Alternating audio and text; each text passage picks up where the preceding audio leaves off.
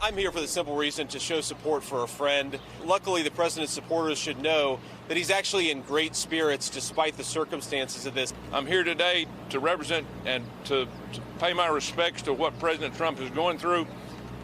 It's a tough time for him. That courtroom is depressing. This is New York City, the icon of our country, and we got a courtroom that's the most depressing thing I've ever been in. Mental anguish is trying to be pushed on the Republican candidate for the President of the United States this year. That's all this is. The Republican candidate for President of the United States is going through mental anguish in a courtroom that's very depressing, very depressing. Well, there you go. Some of Donald Trump's allies joined him in New York yesterday for his criminal hush money trial. Outside of court, they said what Trump can't because of the gag order in place on the former president. You just saw both Senator J.D. Vance of Ohio and Senator Tommy Tuberville of Alabama said they're just there to support a friend, but both then criticized Trump's former fixer, Michael Cohen.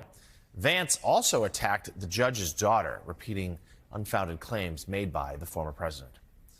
Joining us now to talk about this spectacle, senior columnist for the Daily Beast, Matt Lewis. Matt, good morning to you. So let's talk about this. It was noted early in the first days of the trial that Trump didn't really have any supporters there at all, not even members of his family. That's changed. Eric Trump has been there a few times now. And now some bold-faced political names have also started to show up in recent days. What do you think? Is this, doing him? Why are they there? Are they just trying to further curry favor with the man who, I guess, could be president again?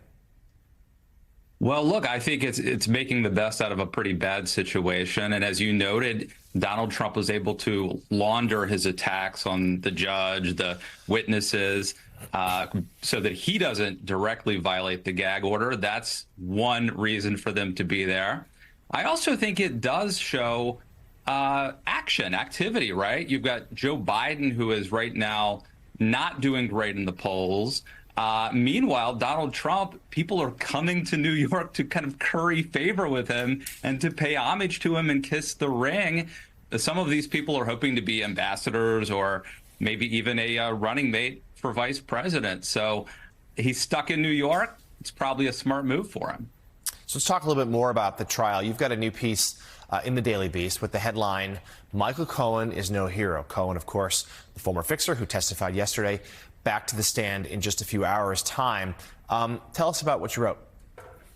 Right. Well, look, obviously, Michael Cohen is the star witness in this trial. I think there's even a potential that this may be the only trial we get before the election, and maybe it will be the one that takes Donald Trump down. And if you don't like Donald Trump, that's all good news. I just want to caution my friends in the media and the Never Trump movement and the quote unquote resistance, however they define themselves, that Michael Cohen's not a good guy. This is someone who worked for over a decade for Donald Trump. According to testimony he gave to Congress, he attacked something like 500 people on behalf of Donald Trump. Now it seems that Michael Cohen is on some sort of a rehabilitation tour. He's got a podcast. He's got books. He's pitching a reality show.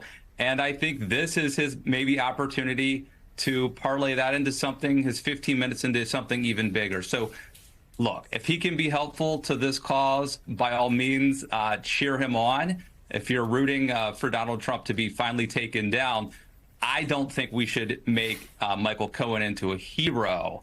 And that would be the one outcome of this that I think would be negative. He's not a hero. He's a bad guy. And I think he'd still be working for Donald Trump as his fixer if things had gone differently. Yeah, he has more or less said as much. And certainly he has real credibility issues, which we know the defense will try to take advantage of in the days ahead. Matt, let's talk about the state of the race. You mentioned the polls. There was a series of New York Times, Santa College battleground state polls yesterday that were pretty favorable for Trump, although certainly those in the blue wall states, very close race, margin of error. And depending on other surveys, Biden up in a few.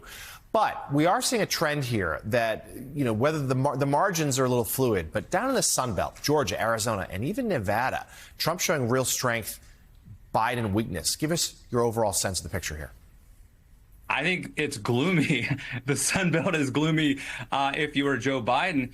And Jonathan, I think what's really concerning here is that if you look at some of the Senate races, the Democrats running for the U.S. Senate are running ahead of Joe Biden.